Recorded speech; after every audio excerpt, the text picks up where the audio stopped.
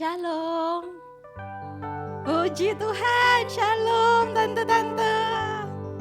Senang bisa ketemu lagi sore hari ini. Puji Tuhan sehat semua ya. Amin. Gak kerasa sudah bulan Desember loh tante. Ini tinggal berapa? 30 hari lagi kita udah tahun baru lagi. Luar biasa cepetnya ya, luar biasa. Tapi gak apa-apa. Tetap dalam Tuhan ya, yang pasti. Mari kita masuk memulai ibadah pada sore hari ini. Tuhan, terima kasih kami mengucap syukur. Karena kembali pada sore hari ini kami bisa datang menemui wajah-Mu di tempat ibadah-Mu Tuhan. Di gereja-Mu ini Tuhan. Kami mengucap syukur karena Engkau masih menyertai setiap langkah kehidupan kami. Dan kami juga bersyukur bahwa kami masih dalam perlindungan-Mu selalu Tuhan. Dan kiranya pada sore malam hari ini kami boleh menikmati hadirat-Mu lebih lagi Tuhan. Kami boleh datang mencari wajah-Mu Tuhan. Engkau kuatkan kami, Engkau teguhkan kami, Engkau berikan kami hikmat yang baru. Sehingga kami mampu menghadapi apapun segala pencobaan di depan kami. Sebab Engkau adalah Allah yang sanggup Tuhan. Terima kasih Bapa, terima kasih. Hanya di dalam nama Tuhan Yesus Kristus kami semua berdoa dan mengucap syukur. Haleluya. Amin.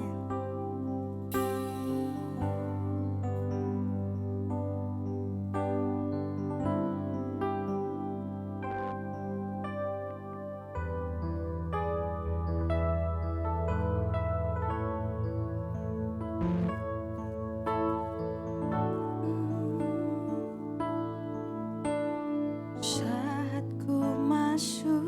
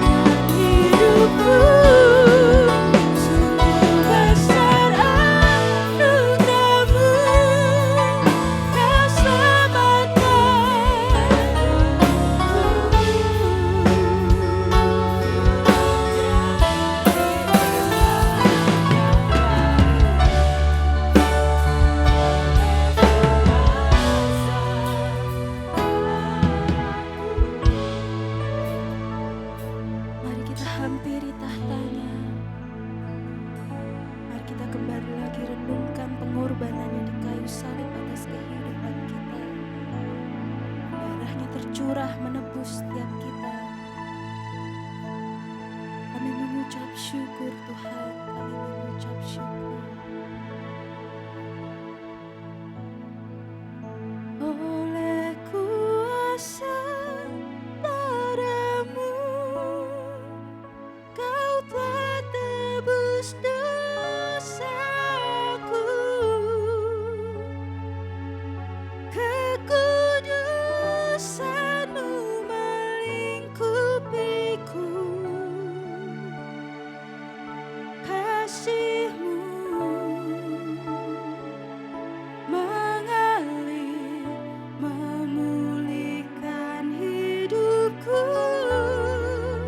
Sungguh besar anugerah-Mu,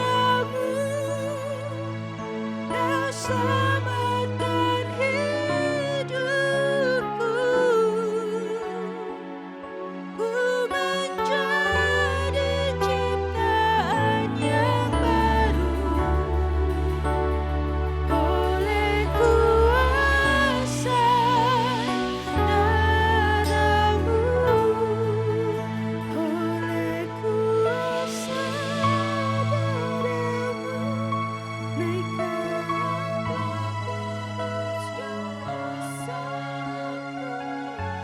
biar kekudusan-Mu melanda setiap kami Tuhan. Kami memohon ampun atas setiap dosa dan kesalahan yang mungkin kami lakukan, sengaja maupun tidak sengaja Bapa.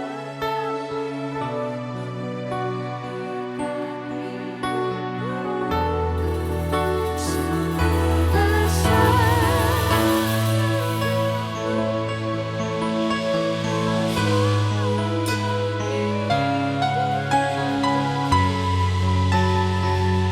ku menjadi ciptaan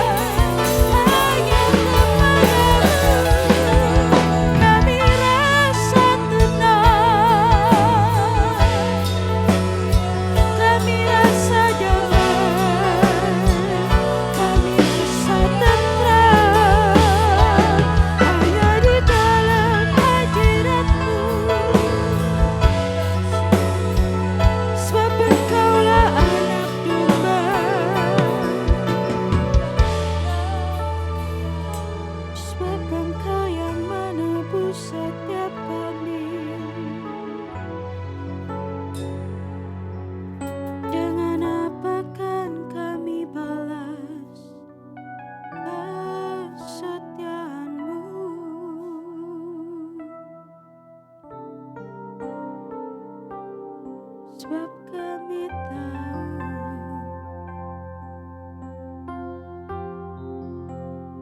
kehidupan kami hanya padamu. Takkan mampu kami membalas kasih setiamu di dalamku. Bawa kami melekat padamu, sebab Engkau kebenaran kami. Engkau juru selamat kami. Engkau kebenaran kami. Biar mulut kami menyembah Engkau, setiap langkah kami Kau iringi. Kami mau berjalan denganmu sampai kehidupan kami. Mari kita sembah Dia. Biarlah mulut kami memasyurkan kebaikan-Mu. Biar mazmur keluar dari bibir kami, sebab Engkaulah Tuhan, Engkaulah Raja, Engkaulah kami. Kau yang meluputkan kami dari maut, Kau yang menghalau setiap musuh kami. Hanya kepadamu kami bersujud, hanya kepadamu kami memohon. Dengarkanlah suara kami, sendengkanlah telinga-Mu kepada kami. Kami ini umat-Mu, kami ini anak-Mu. Biar selamanya kami tetap ada dalam hadirat-Mu.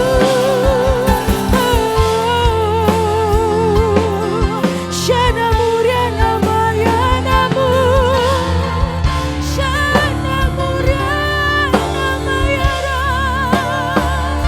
Kami memuji-Mu, bermasmur bagi-Mu. Shana Muriana Mayara Nama Shaina. Kami mau memuji kebesaran-Mu, melebihi segalanya. Kami mau memuji-Mu melebihi segalanya, Bapa. Saya undang jemaat untuk bangkit berdiri. Mari kita semua bangkit berdiri. Shana Muriana Mayana Yeshe. Kuasai kehidupan kami, Tuhan. Kuasai kehidupan kami, Tuhan.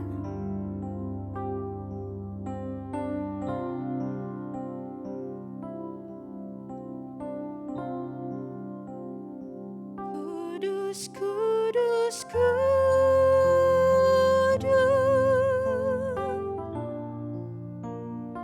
Tuhan Allah mulia.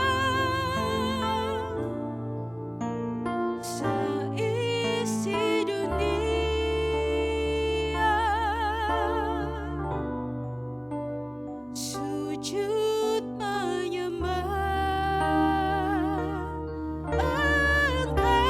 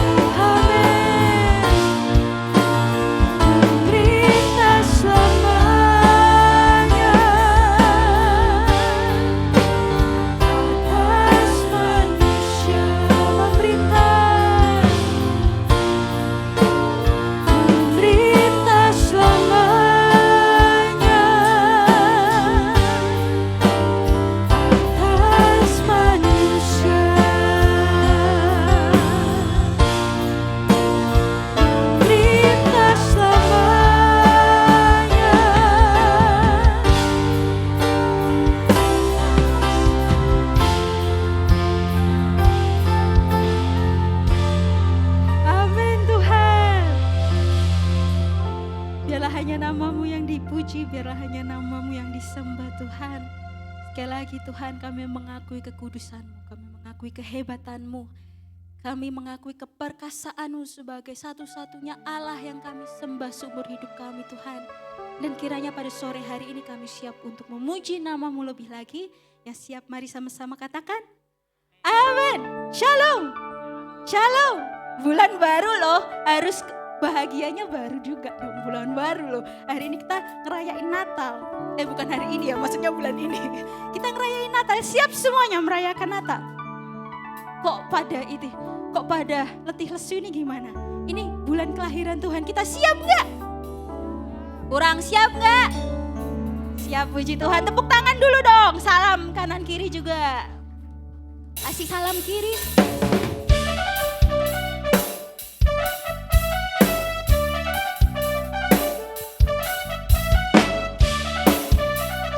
Mari kita terima sukacita yang dari Tuhan kita. Terima sukacita surga, itulah kekuatan bagi jiwa. Ku dapat rasakan kasih-Nya di tengah badai yang bergelora. Terima sukacita surga, itulah kekuatan bagi jiwa. Ku dapat saksikan kuasa-Nya, taklukkan badai yang bergelora.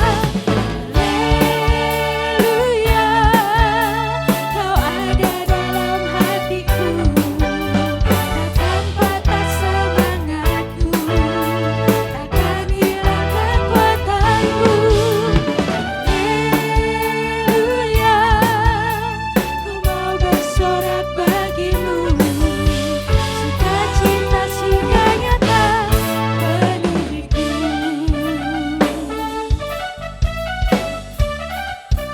Mari sama-sama terima. Terima sukacita surga, amin.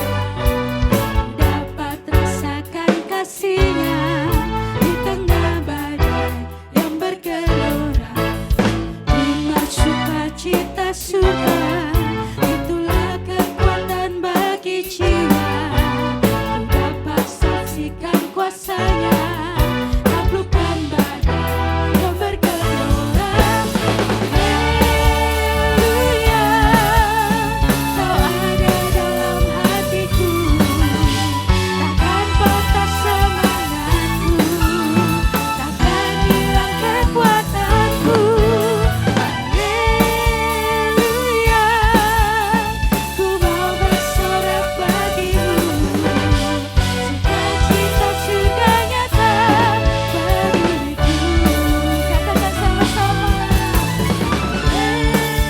Haleluya, Kau ada dalam hatiku. Amin. Ya, takkan hilang kekuatanmu. Haleluya, ku mau bersorak bagimu, sukacita surga nyata penuhiku. Katakan sukacita, sukacita surga nyata penuhiku.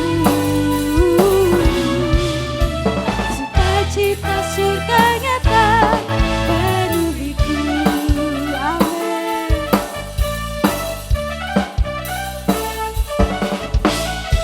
Amin. Amin. Percaya bahwa kita umat pilihan Tuhan. Percaya dengan sepenuh hati kalau Tuhan ada berjalan bersama dengan kita. Kalau percaya, kasih tepuk pundaknya yang keras. Saya mau yang keras temennya. Percaya.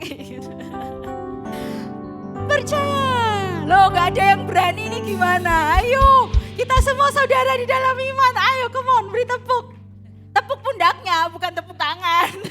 Tepuk pundaknya di sebelahnya. Suaminya, pacarnya, mama, papahnya. Beri tepuk semua. Papa, mama, kak, ayo kak, semangat. Gitu.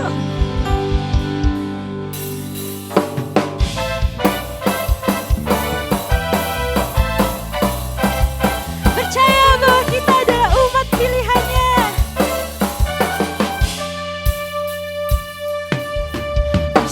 Sorai hayuman pilihannya, bertepuk tangan hayuman tebusannya.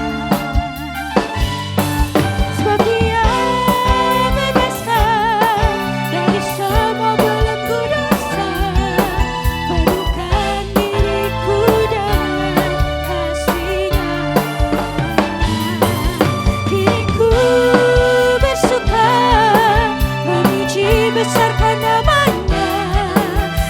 Dia Allah Yesus Juru Selamat manusia.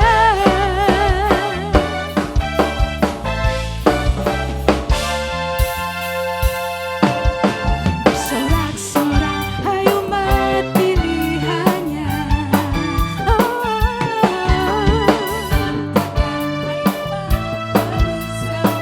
Katakan sebab Dia bebaskan, sebab Dia bebaskan dari semua belenggu dosa, penuhkan diriku dengan kasih-Nya.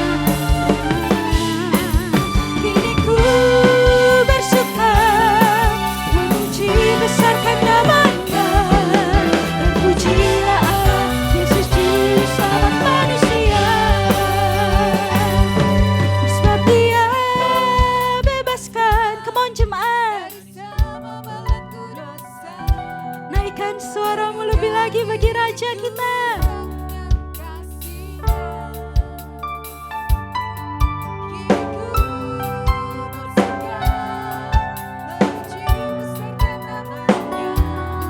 Terpujilah Allah Yesus Juru Selamat manusia.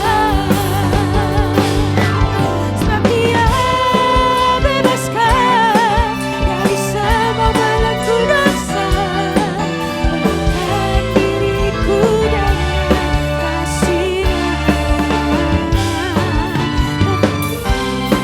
Bersuka memuji besarkan nama-Nya.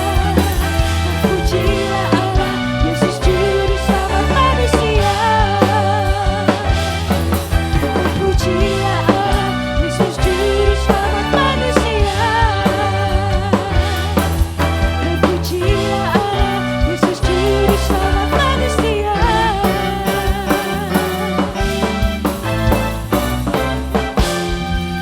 Puji Tuhan, beri tepuk tangan sekali lagi untuk Tuhan kita. Percaya ya, kita semua sudah ditebus. Hari ini kita memperingati lagi ini. Apa? Ini namanya apa sih? Persekutuan. Apa? Roti dan anggur, saya sampai lupa. Kita memperingati lagi setiap minggu pertama kan. Jangan sampai kita itu menyia-nyiakan pengorbanan Tuhan di atas kayu salib. Siapa yang mau menyanyiakan angkat tangan. Oh, puji Tuhan, semua fokus. Beri tepuk tangan yang meriah untuk Tuhan. Mari kita puji Dia lebih lagi. Dia Allah kita, Dia Tuhan kita.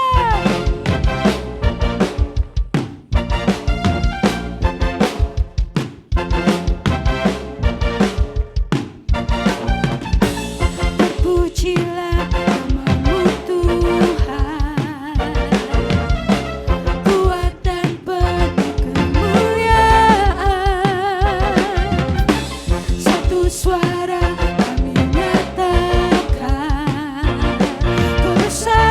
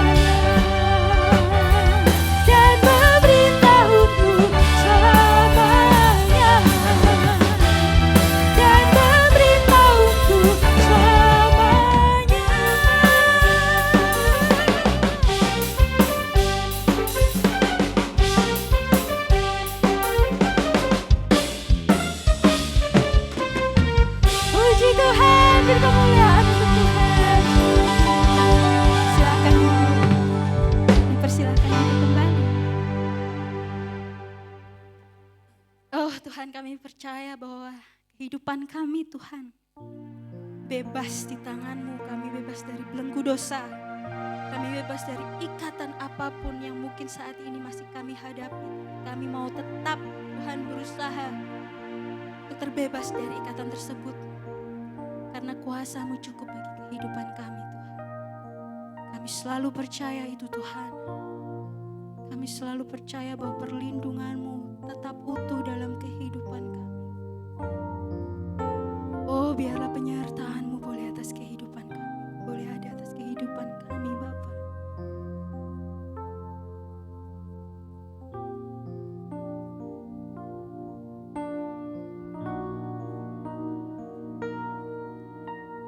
Kau tak pernah mencobai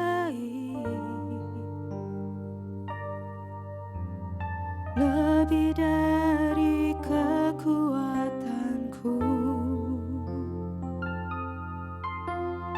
bahkan di padang gurun pun ku alami keajaiban-Mu.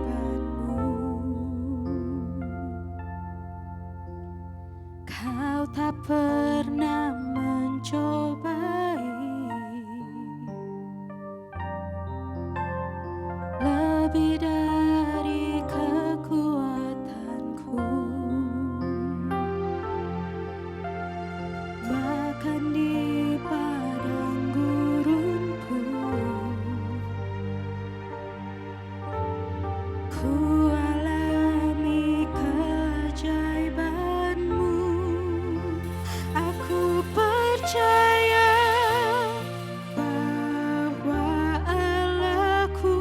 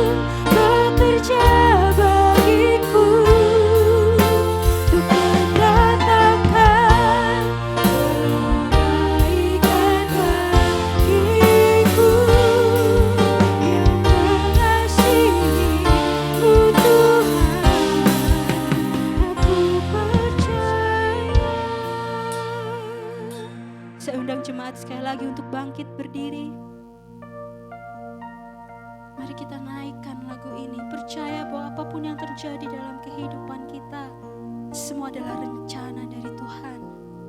Sekecil apapun detail terkecil dalam kehidupan kita, bahkan waktu kita melangkah keluar nanti dari tempat ini, semua sudah dalam rencananya Tuhan.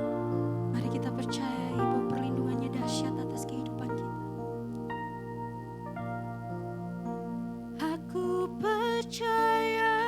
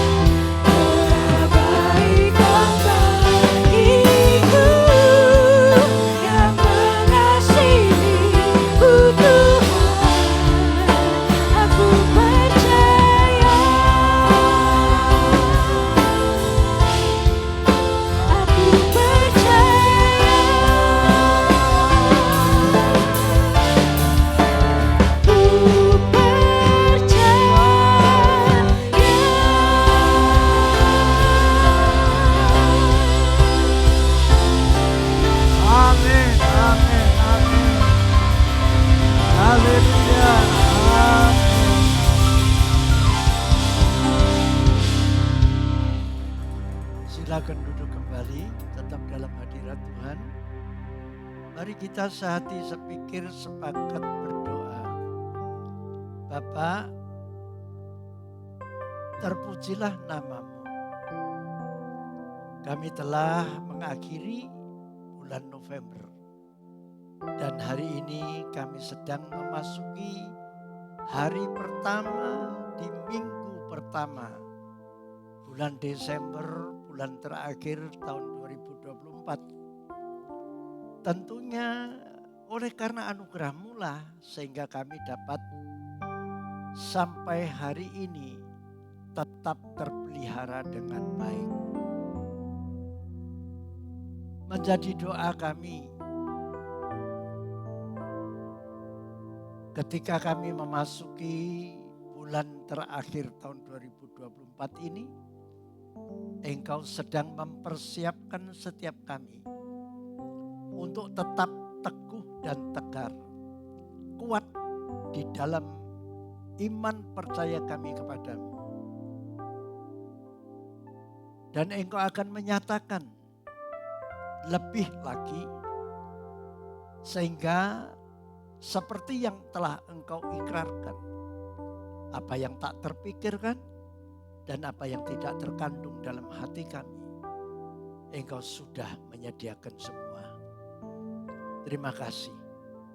Perkenankanlah sore hari ini kami boleh bersama-sama menikmati persekutuan dengan Engkau secara pribadi dan memperingati sakramen perjamuan kudus sebagai wujud dan bukti bahwa Engkau telah berkarya untuk menebus dosa-dosa kami. Sehingga tidak ada satupun umat-Mu yang percaya binasa. Namun mereka akan memperoleh hidup yang kekal, masa depan yang penuh harapan. Bahkan keluarganya pun Engkau juga akan menyertakan dalam karya keselamatan. Dalam berkat nama Tuhan kami Yesus Kristus. Mari yang percaya sama-sama katakan amin, amin. Shalom. Salam damai sejahtera dan sukacita bagi kita semua. Amin. Nah, jemaat yang dikasihi oleh Tuhan, kita sedang memasuki hari pertama di bulan Desember, tepat minggu pertama. Maka nuansa dan situasinya sangat-sangat terasa bahwa Natal, di mana karya Allah telah mewujudkan seorang juru selamat lahir untuk kita semua. Bahkan kita sudah melewati masa pemilu, pileg, serta pilkada serentak. Dan kita tahu banyak di antaranya orang-orang yang entah itu meramal, entah itu memprediksi, dan entah mereka itu mempunyai argumentasi yang bervariasi. Ada banyak yang menyatakan bahwa hari-hari atau tahun-tahun depan ini bukan merupakan situasi yang baik. Akan ada banyak kejadian atau kejutan yang tidak dapat diprediksi. Bahkan seorang pakar yang menyatakan bahwa keadaan ekonomi dunia ini sedang tidak baik-baik saja. Nah, oleh karena itu, mari sebagai orang percaya, apakah kita ini akan larut di dalam prediksi serta ramalan-ramalan atau pendapat-pendapat, katakanlah itu merupakan ilmuwan, katakanlah itu merupakan cendekiawan dan lain sebagainya. Lalu membuat kita timbul khawatir dan rasa takut yang tidak akan dapat menguntungkan keadaan kita masing-masing.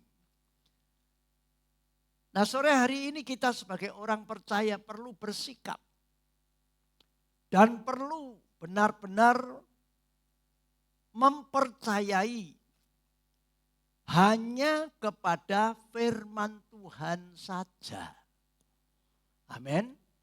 Ya. Sebab kalau kita tidak mempercayai firman Tuhan, maka disitulah akan timbul masalah dan tidak jarang banyak yang mengalami yang namanya depresi, gangguan jiwa, nampaknya waras, tapi tindak tanduknya dan perilakunya tidak wajar. Nah, untuk supaya kita ini mempunyai dasar, kenapa kita harus tidak khawatir, kenapa kita tidak takut, kenapa kita ini tidak percaya dengan ramalan orang-orang yang memprediksi ini. Ya memang secara ilmu, pengetahuan, bisa saja secara kenyataannya bisa terjadi. Namun ingat bahwa saudara dan saya adalah diciptakan oleh Tuhan.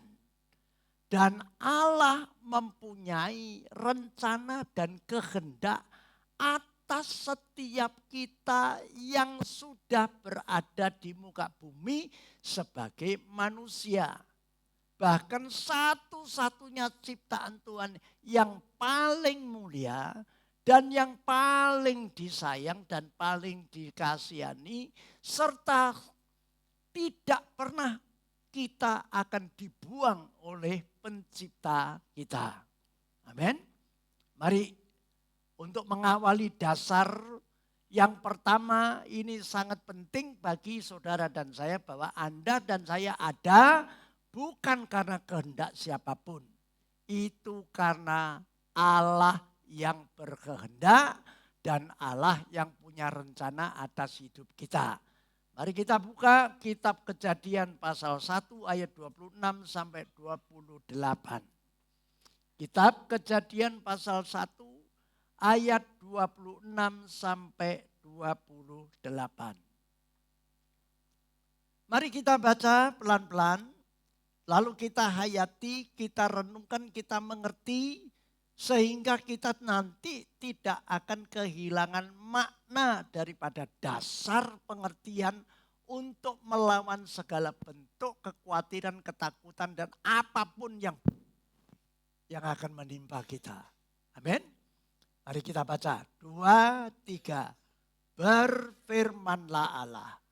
Baiklah kita menjadikan manusia menurut gambar dan rupa kita, supaya mereka berkuasa atas ikan-ikan di laut dan burung-burung di udara dan atas ternak dan atas seluruh bumi dan atas segala binatang melata yang merayap di bumi. 27. Maka Allah menciptakan manusia itu menurut gambarnya. Menurut gambar Allah diciptakannya dia, laki-laki dan perempuan, diciptakannya mereka. 28. Allah memberkati mereka. Lalu Allah berfirman kepada mereka, beranak cuculah dan bertambah banyak, penuhilah bumi dan taklukkanlah itu, berkuasalah atas ikan-ikan di laut dan burung-burung di udara, dan atas segala binatang-binatang yang merayap di bumi. Yang percaya katakan, nah ini dulu yang perlu kita paham.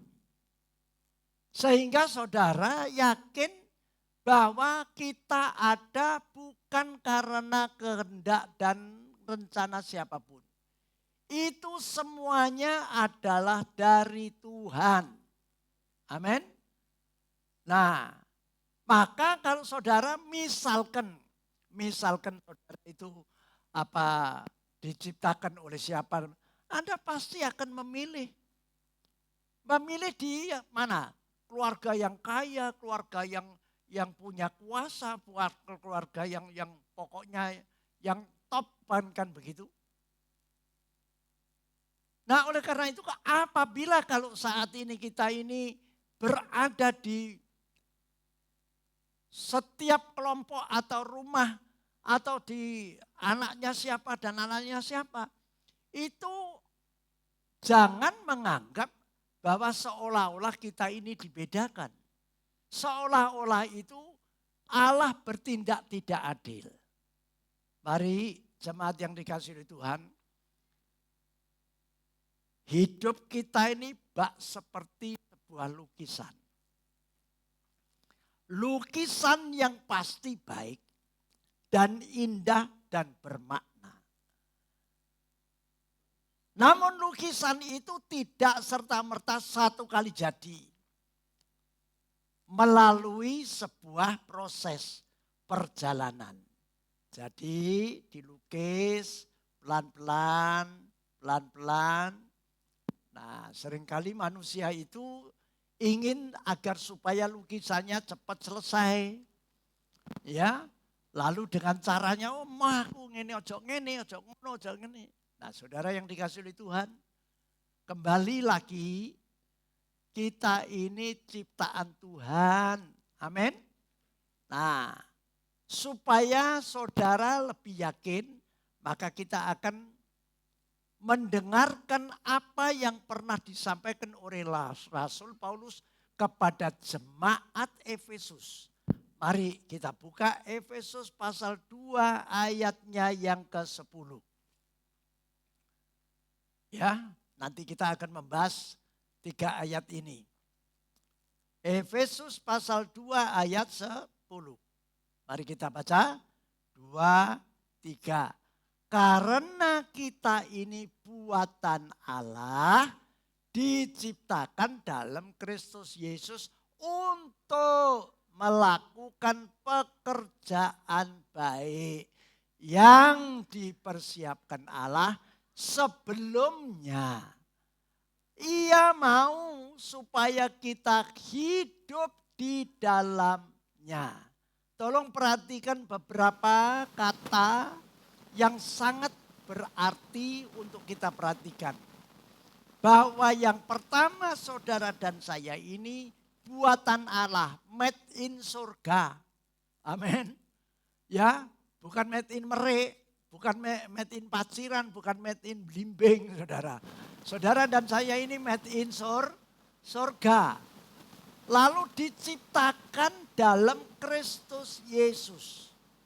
Sesuai dengan tadi yang kita baca, bahwasanya kita ini diciptakan menurut gambar dan rupa Allah.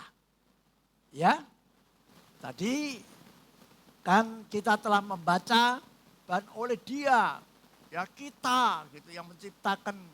Itu menunjukkan Bapa, Putra dan Roh Kudus itu bersinergi bekerja ya untuk menciptakan kita dan menjadikan kita serupa dengan gambar khalik kita.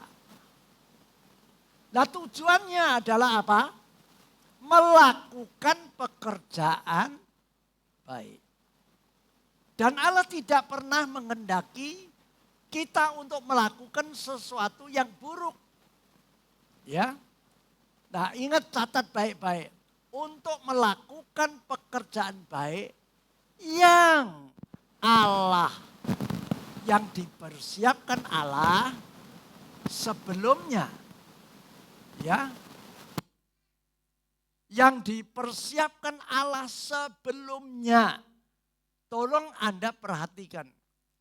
Ternyata kita ini diciptakan semenurut gambar Allah dan untuk melakukan pekerjaan baik yang dipersiapkan Allah sebelumnya. Dan Allah mau supaya kita hidup di dalamnya. Apa artinya? Supaya kita hidup di dalamnya. Di dalamnya apa? Yaitu yang dimaksud adalah supaya kita hidup di dalam pekerjaan, melakukan pekerjaan yang baik. Dan tidak diperkenankan untuk melakukan pekerjaan yang buruk. Kalau saudara lebih dalam mengenal tentang hal ini, maka artinya Allah pun juga tidak ingin supaya kita gagal. Allah juga tidak menginginkan kita ini miskin. Allah juga tidak menginginkan kita menjadi bromocora. Iya toh. Allah ingin supaya Anda dan saya itu menjadi penolong. Menjadi saluran berkat. Nah, itulah yang dikehendaki.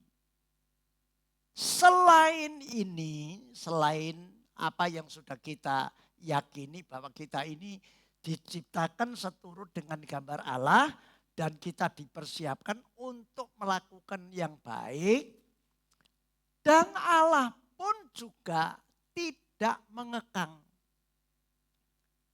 Artinya Anda dan saya diciptakan bukan seperti boneka, seperti seringkali kita dengar, oh kita ini wayangnya, Allah itu dalangnya. Nah, memang ada hal-hal yang tertentu, apa yang dikatakan oleh dunia, kita ini wayangnya apa namanya Tuhan itu adalah dalangnya. Ketika kalau kita ini sudah sampai pada titik yang sangat membahayakan jiwa kita, maka seolah-olah Allah itu ngatur semuanya. Makanya ada nas yang berkata Allah ikut bekerja di dalam segala perkara. Untuk mendatangkan apa? Kebaikan. Nah di situ kita percaya bahwa Allah itu dalangnya, kita ini wayangnya.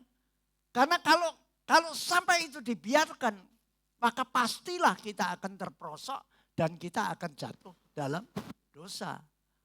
Nah, oleh karena itu coba saya akan mengajak saudara lebih mengerti lagi apa yang dimaksud kita ini tidak dikekang, kita ini tidak seolah-olah diatur sedemikian rupa, tapi memang saudara dan saya diberi yang namanya hak kebebasan untuk memilih.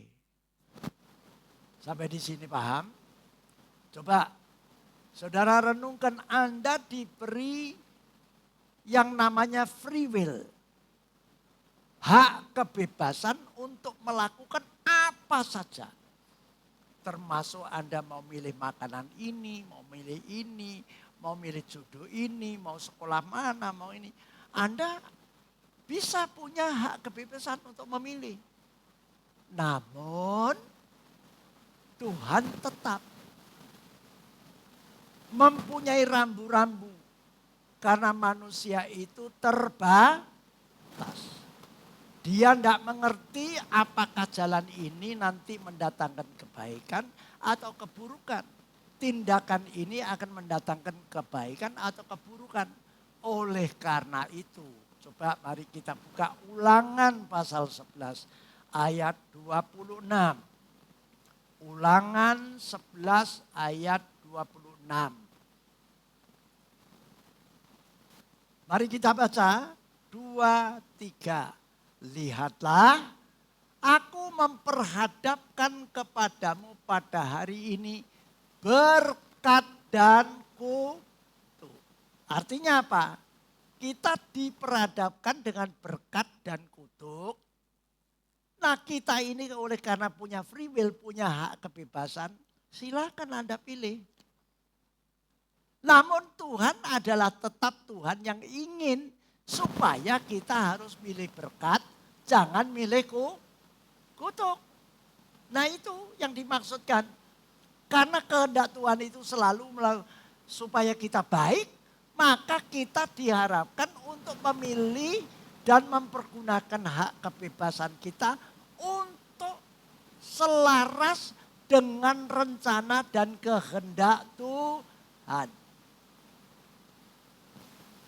Kita sambung Ulangan 30 ayat 19. Ulangan 30 ayat 19. Sudah? Ayo kita baca. Aku memanggil langit dan bumi menjadi saksi terhadap kamu pada hari ini. Kepadamu ku berhadapan kehidupan dan kematian. Berkat dan kutuk.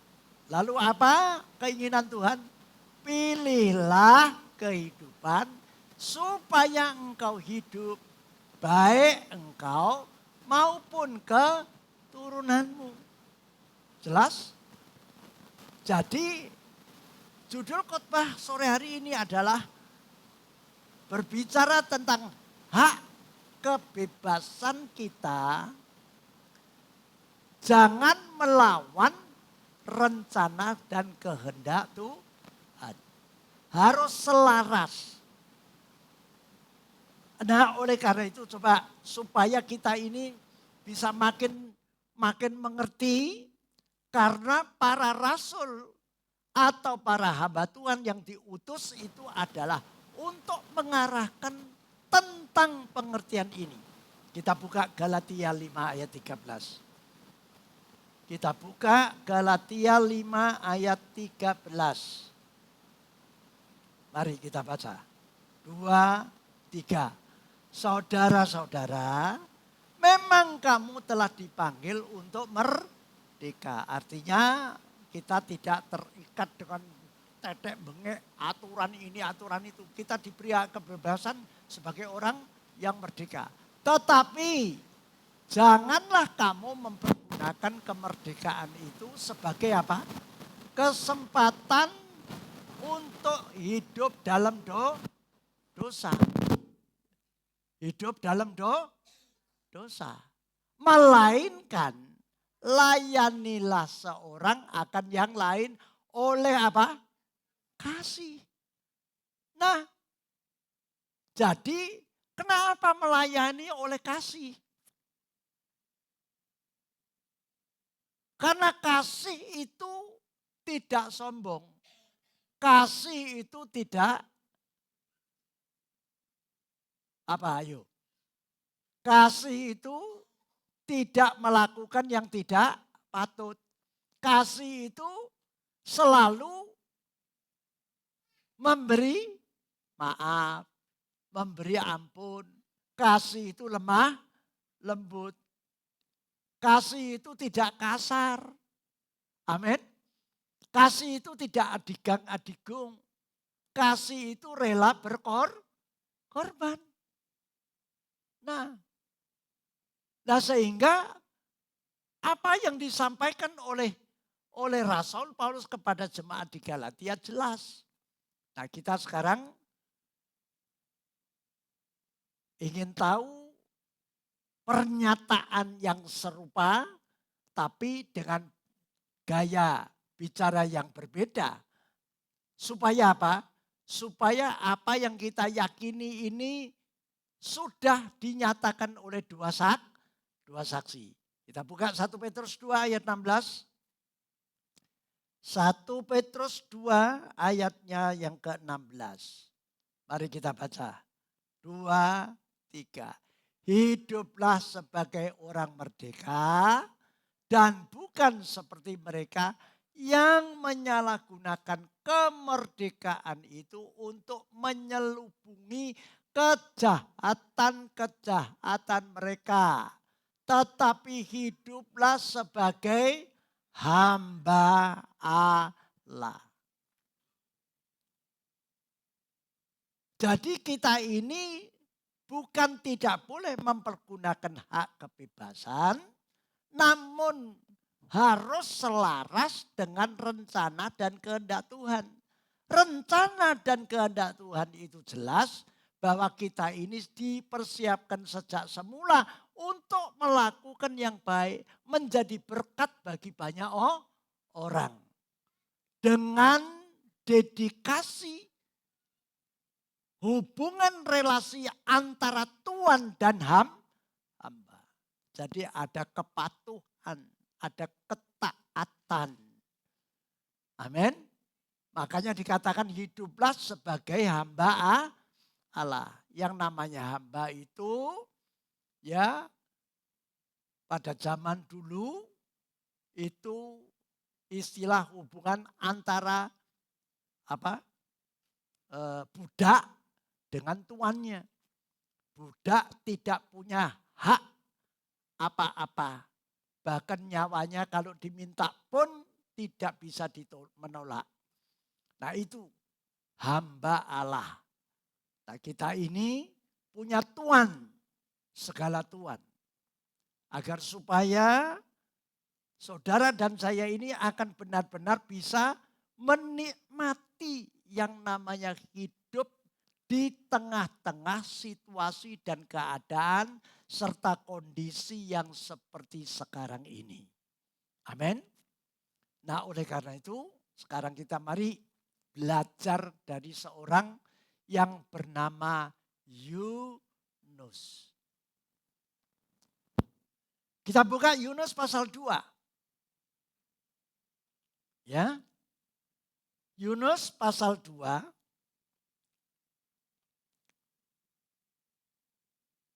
Ayatnya yang pertama. Mari kita baca. 2, 3. Berdoalah Yunus kepada Tuhan Allahnya dari dalam perut ikan. Lah kenapa Yunus ini kok ada di dalam perut ikan? Bukan perut ikan tongkol, saudara. Tapi perut ikan yang besar. Ikan paus yang besar yang seringkali kita kalau lihat apa namanya di TV, ya Geografi Channel, maka saudara akan melihat paus yang gede, itu luar biasa gedenya, ya. Lah pasti ada sebabnya. Nah, makanya saya ingin supaya jemaat ini mempunyai gairah untuk terus belajar tentang para tokoh-tokoh Alkitab ini. Antara lain kita sore hari ini belajar tentang Yunus. Nah, ternyata Yunus ini adalah hamba Allah yang memberontak, tidak mentaati perintah atau Tuhan menyuruh dia untuk menjadi pemberita kabar keselamatan kepada orang Niniwe. Nah ternyata makanya di sini kita perlu belajar. Kenapa Yunus itu kok tidak mau pergi ke Niniwe? Ya dikarenakan bangsa Niniwe ini adalah bangsa yang pernah menjajah orang Israel dan menyengsarakan orang Israel. Dan mereka bertindak kejam terhadap orang Israel. Nah kalau saudara berpikir yang dilakukan oleh Yunus sebetulnya ada sebagian orang yang benar toh. Orang itu jahat lah apa dipikir. Mari jemaat yang dikasih oleh Tuhan.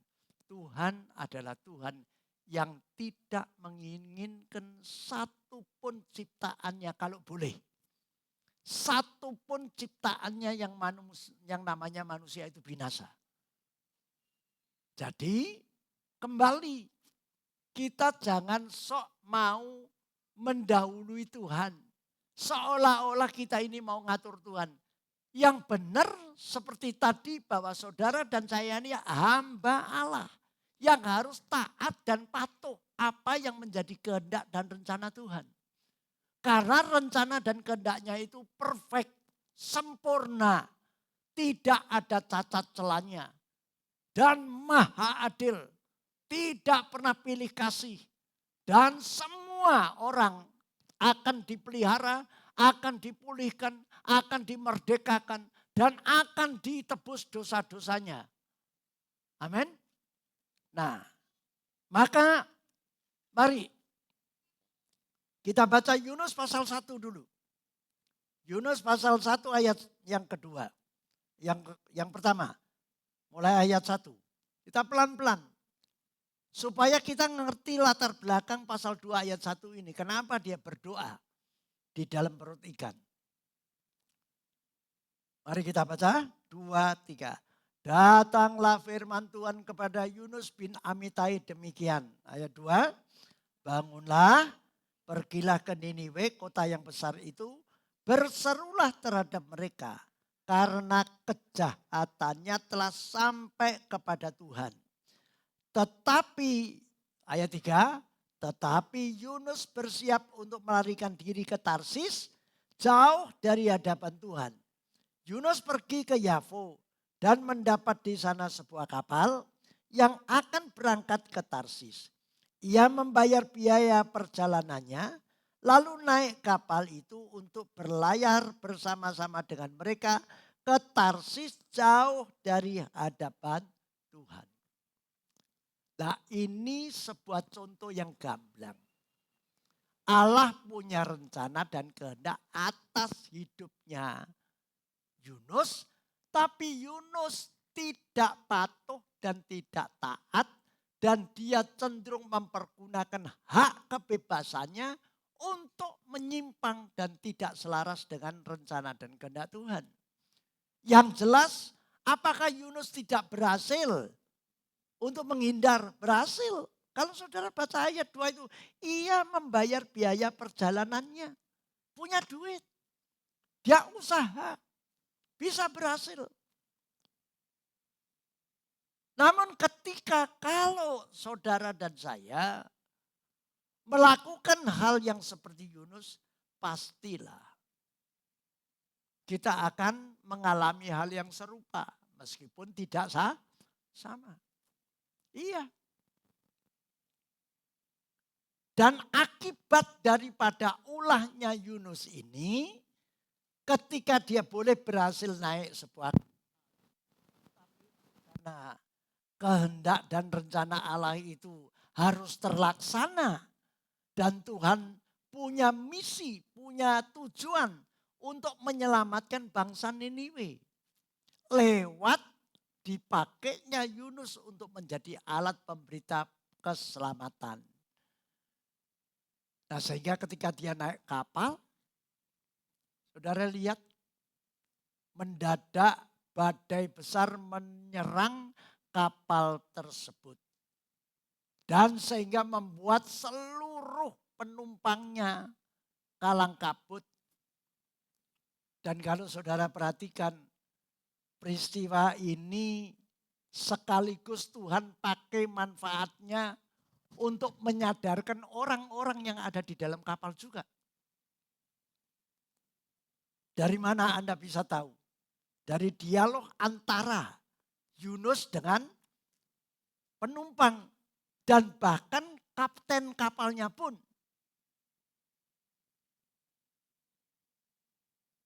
Menegur Yunus, kamu ini kok enak-enakan. Wong dalam keadaan gini kamu kok tidur di bawah geladak kapal. Ini kita ini binasa dan lain sebagainya. Ya. Nah, coba saudara baca ayat 6. Yunus pasal 1 ayat 6. Datanglah nakoda mendapatkannya sambil berkata, bagaimana mungkin engkau tidur begitu nyenyak? Bangunlah, berserulah kepada siapa? Nah, artinya nakoda ini kan awal mulanya kan tidak percaya Tuhan. Menyebut Allahnya Yunus, bukan Allahnya dia. Iya kan? Nah, dia memohon, bangunlah, berserulah kepada Allahmu. Barangkali Allah itu akan mengindahkan kita sehingga kita tidak binasa. Lalu ribut. Yang lain pun juga berkomentar. Ayat 7, ayo. Coba mari kita perhatikan saudara. Lalu berkatalah mereka satu sama lain. Marilah kita buang undi. Supaya kita mengetahui. Karena siapa kita ditimpa oleh malapetaka ini. Mereka membuang undi dan Yunuslah yang kena undi. Termasuk penghuni kapal pun juga belum mengenal Tuhan. Sehingga mereka itu mempergunakan cara tradisi orang dunia. Wah, ya semacam kayak lotre, apes-apesan nunjuk diputer gitu. Wah, kok dilalah? Ini namanya kok dilalah? Apa? Kena Yunus. Nah, saudara yang dikasihi oleh Tuhan, kalau kita perhatikan ini, maka kita bisa mempunyai keyakinan. Dalam situasi dan keadaan apapun, Allah itu punya rencana dan kehendak untuk menyelamatkan yang namanya manusia. Supaya mereka tidak binasa secara fisik maupun secara rohani. Nah itu saudara. Nah sehingga akhirnya Yunus ditegur oleh mereka. Ayat 8, ayo. Berkatalah mereka kepadanya, beritahukanlah kepada kami, karena siapa kita ditimpa oleh malapetaka ini? Apa pekerjaanmu dan dari mana engkau datang? Apa negerimu dan dari bangsa manakah engkau? Mereka menegur Yunus. Lalu Yunus menjawab, ayat 9. Sautnya kepada mereka, aku seorang Ibrani, aku takut akan Tuhan, Allah yang mempunyai langit yang telah menjadikan laut dan daratan. Mari kita perhatikan. Yunus ini menjawab mereka dan menjelaskan bahwa dirinya adalah orang Ibrani. Dan mereka itu tahu orang Ibrani itu adalah keturunan Abraham, Ishak dan Yakub. Dan rata-rata orang Ibrani adalah pemberita kabar keselamatan, menjadi hamba Allah, menjadi nabi dan lain sebagainya. Nah, setelah Yunus memberitahukan hal ini tentang identitasnya, maka ayat 10 mari kita baca. Orang-orang itu menjadi sangat takut lalu berkata kepadanya, apa yang telah kau perbuat? Sebab orang-orang itu mengetahui bahwa ia melarikan diri jauh dari hadapan Tuhan. Hal itu telah diberitahukannya kepada mereka. Jadi setelah Yunus memaparkan dan menjelaskan bahwa dirinya adalah diutus Tuhan, tapi dia melarikan diri. Mereka menjelaskan hal itu. Nah, sehingga dari rangkaian peristiwa itu, mereka yang asal mulanya tidak percaya Tuhan jadi takut. Yakin betul bahwa Allahnya si Yunus ini benar Allah yang berpunya kuasa untuk menentukan segala sesuatu. Badai itu bisa datang, badai itu pun juga bisa menjadi tenang. Lalu mereka tanya, apa yang harus kami lakukan? Lalu Yunus bilang, wes, malapetaka ini dikarenakan oleh aku yang salah.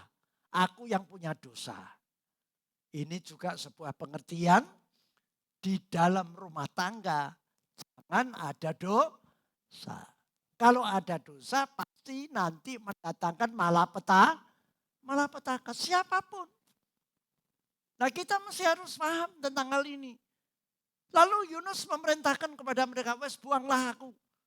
Cemplongna segoro. Pasti nanti akan teduh. Benar, saudara. Nah, Yunus setelah memerintahkan ini lalu mereka melaksanakan. Dilaksanakanlah apa yang menjadi keinginannya Yunus supaya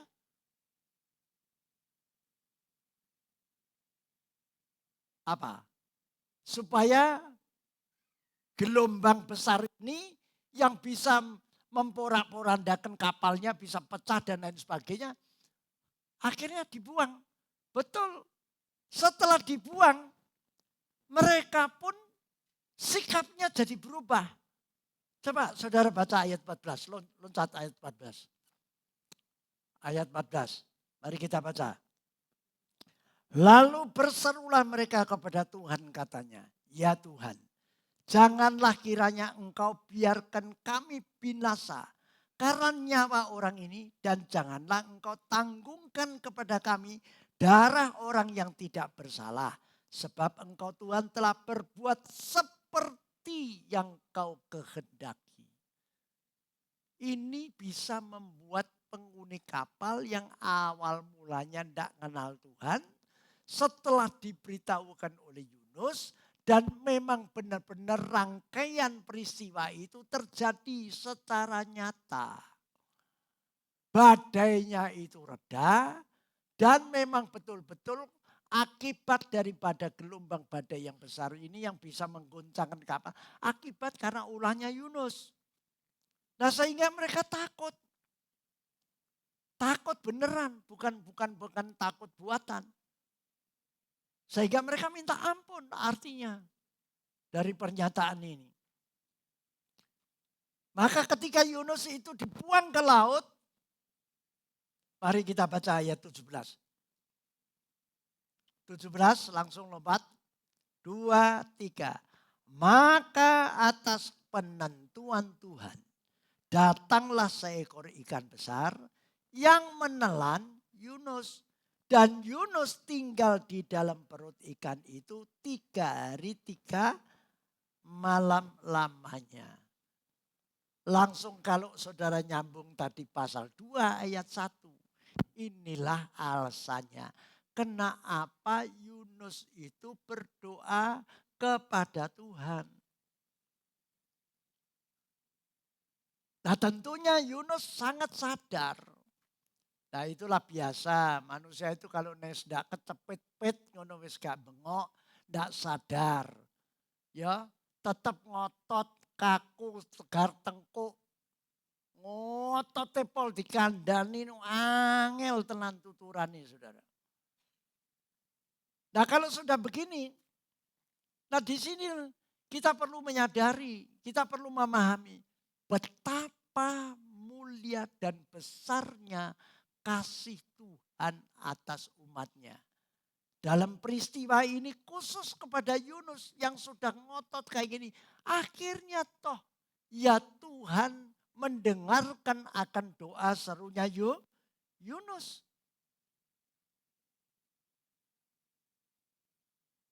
Oleh karena itu sekali lagi mari saudara yang dikasihi oleh Tuhan. Yunus menyatakan meskipun dia telah memberontak dan tidak mentaati. Boleh dikata dia menyalahgunakan hak kebebasannya untuk melawan rencana dan kehendak Tuhan. Bukan berarti lalu tidak ada konsekuensi logisnya. Mari kita lihat. Setiap kalau kita menyalahgunakan hak kebebasan untuk melawan rencana dan kehendak Tuhan. Pastilah yang kita alami adalah malapetaka, kesusahan, kegagalan, dan apa lagi? Banyak, saudara. Iya kan? Nah untungnya kita punya Allah yang penuh kasih. Amin. Amin. Sehingga ketika Yunus berdoa dan doanya itu didasari oleh karena keadaan yang dialami oleh Yunus di dalam perotikan. Kita baca ayat 2. Yunus pasal 2 ayat 2. Ayo kita baca. 2, 3. Katanya dalam kesusahanku aku berseru kepada Tuhan. Dan Tuhan menjawab aku. Dari tengah-tengah dunia orang mati aku berteriak. Dan Tuhan dengarkan suaraku. Wah luar biasa saudara. Ya. Nah kalau saudara membaca terus dalam kisah Yunus ini. Maka saudara akan mengetahui betapa lebar dan dalamnya kasih Tuhan atas orang yang telah melanggar dan memberontak.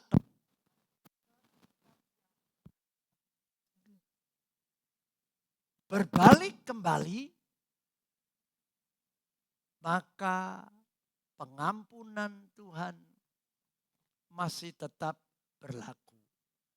Tapi ingat, berlakunya ketika kapan? Kalau kita masih hidup. Jangan sampai nanti sudah game over baru pesan. Setiap hari doa, ucapan syukur. Ya saudara. Tidak bisa meringankan pelanggaran kita. Tapi juga tidak bisa menambahi dosa kita.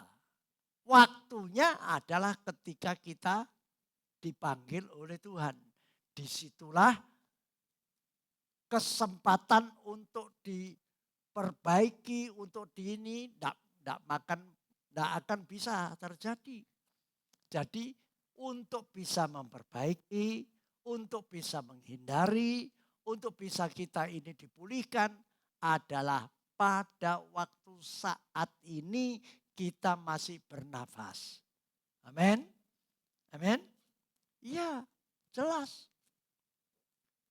Nah sekarang kita akan melihat dari contohnya Yunus ini kita perlu mempelajarinya. Jangan sekali-kali mempergunakan hak kebebasanmu untuk melawan kehendak dan rencana Allah. Rencana Allah itu pasti jadi. Tergantung kepada setiap kita yang mengalami terjadinya rencana Allah itu pasti rencananya baik. Kalau kita mentaatinya. Nah, mari kita lihat kisah Yusuf. Kejadian 50 ayat 20 sampai 21. Kejadian 50 ayat 20 sampai 21.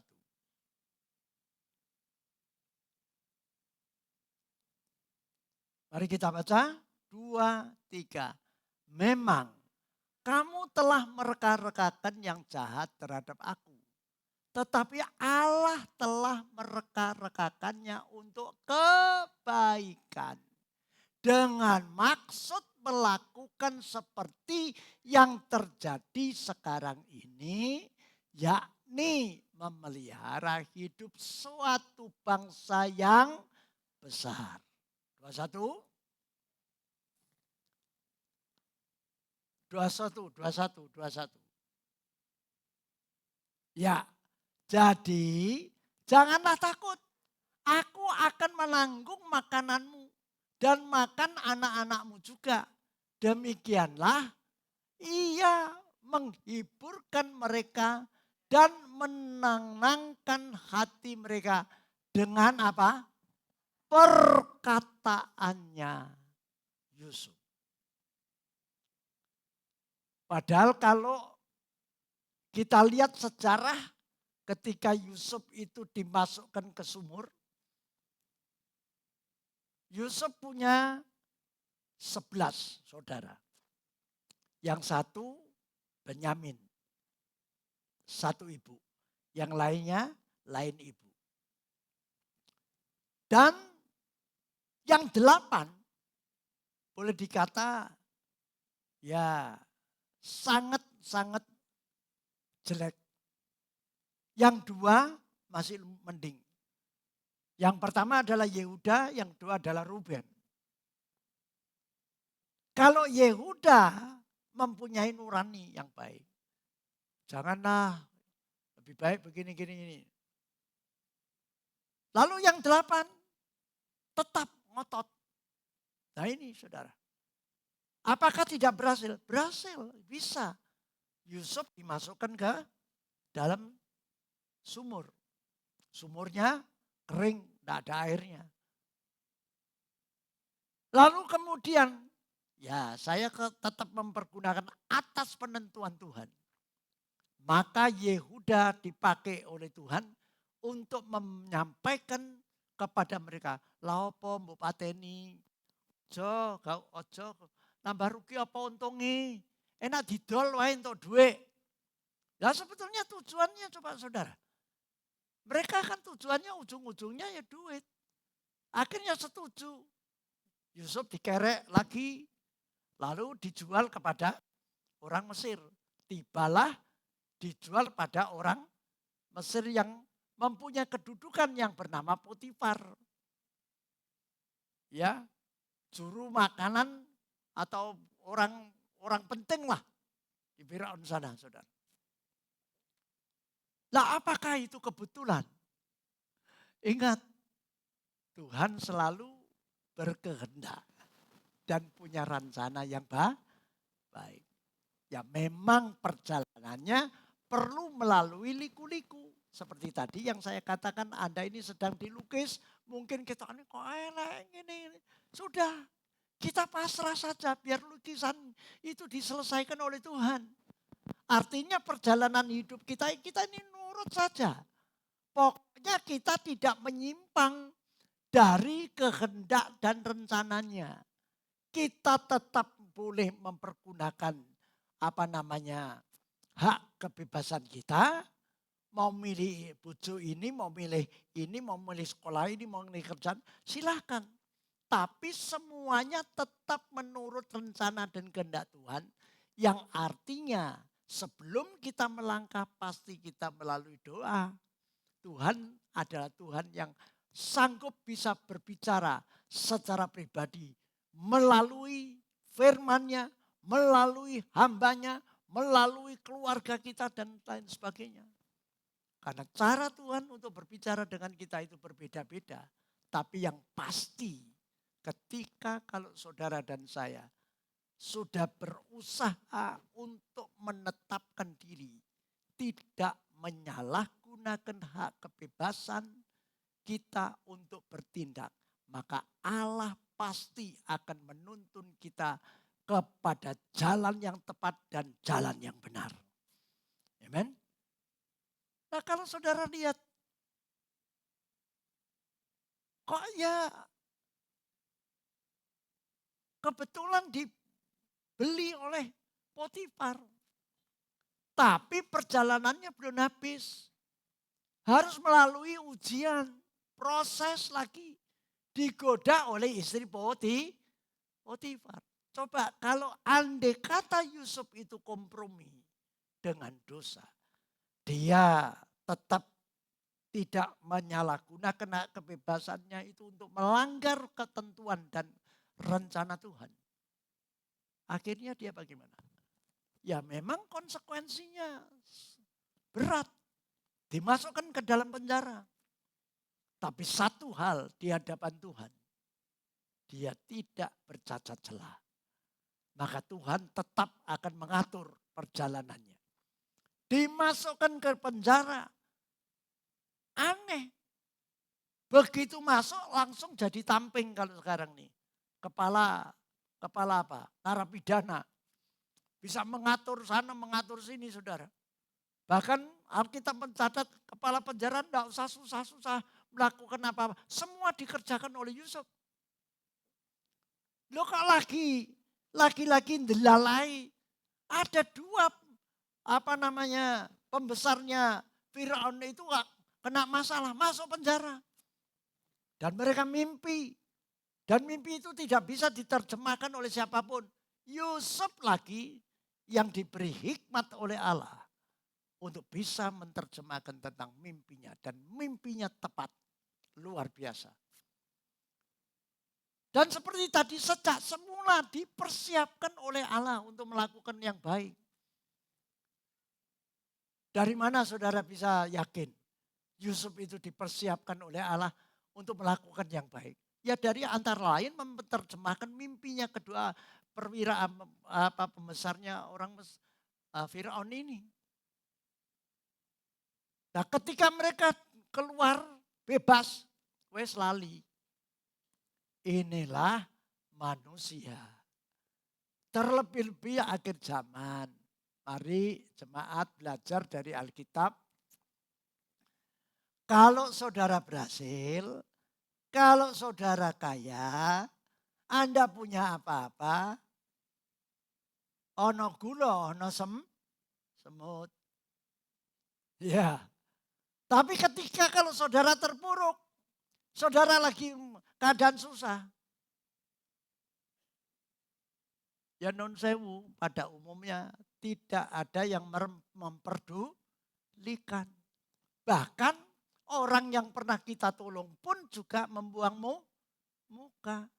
Tapi ini kene ora ono.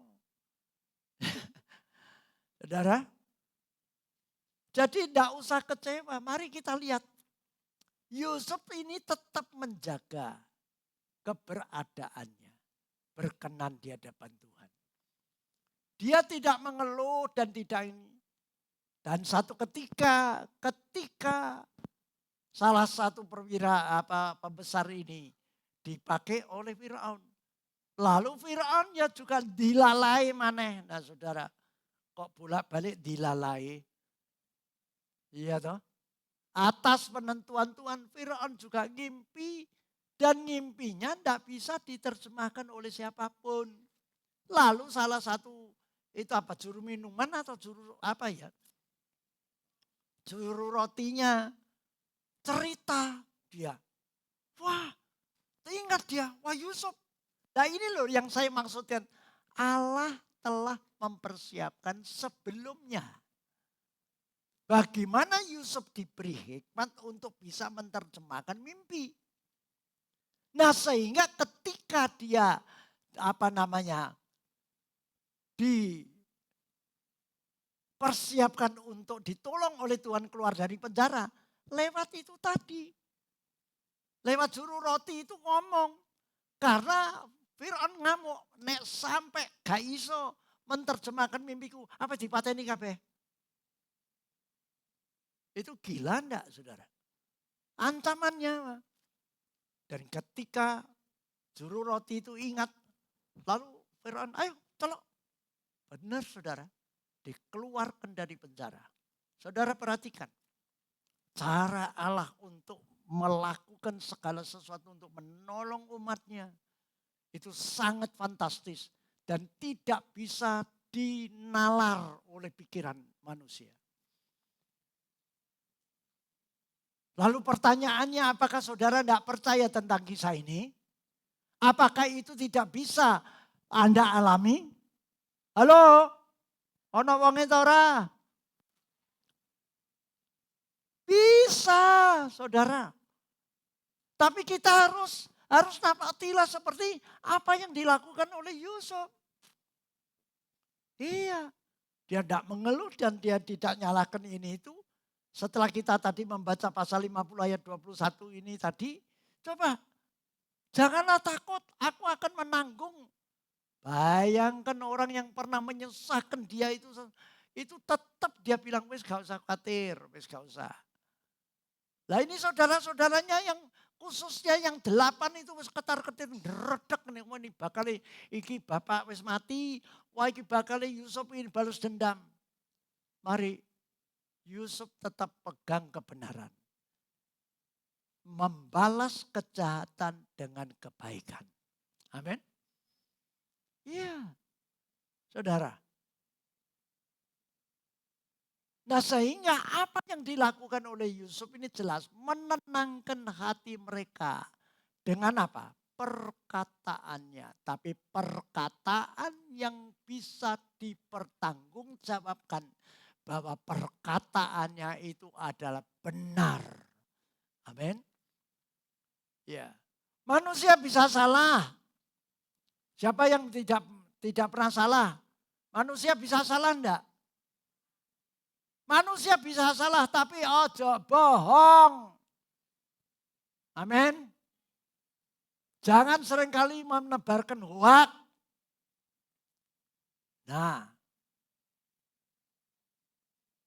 Nah oleh karena itu saudara yang dikasihi oleh Tuhan, mari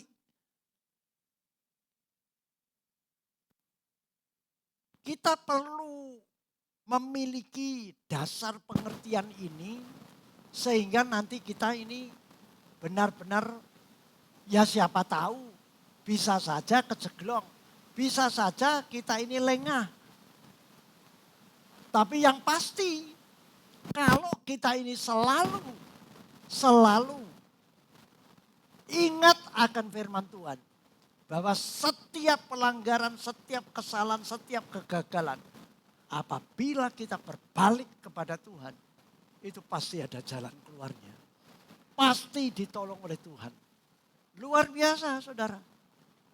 Coba kita buka Yesaya 56 ayat 4. Yesaya 56 ayatnya yang keempat. Mari kita baca 2, 3. Sebab beginilah firman Tuhan kepada orang-orang kebiri yang memelihara hari-hari sabatku dan yang memilih apa yang ku kehendaki dan yang berpegang pada perjanjianku. Anda perhatikan orang-orang kebiri itu adalah orang-orang yang cacat. Ya. Kalau dia memelihara hari-hari sabatku, artinya datang ke rumah Tuhan untuk minta ampun, untuk berseru kepada Tuhan, dan memilih apa yang dikehendaki oleh Tuhan, dan yang berpegang pada perjanjian Tuhan, dan konsisten terhadap komitmen perjanjian Tuhan dengan manusia, maka disitulah Tuhan pasti mengindahkan kita. Amen. Nah, saya undang para pelayan perjamuan kudus dan pemain musik. Mari kita tutup dengan satu ayat. Kita buka Roma pasal 8 ayat ke-28. Roma 8 ayatnya yang ke-28. Mari kita baca bersama-sama. 2, 3. Kita tahu sekarang bahwa Allah turut bekerja dalam segala sesuatu untuk mendatangkan kebaikan bagi mereka yang mengasihi Dia, yaitu bagi mereka yang terpanggil sesuai dengan rencana Allah. Jadi genaplah apa yang diinginkan oleh Tuhan.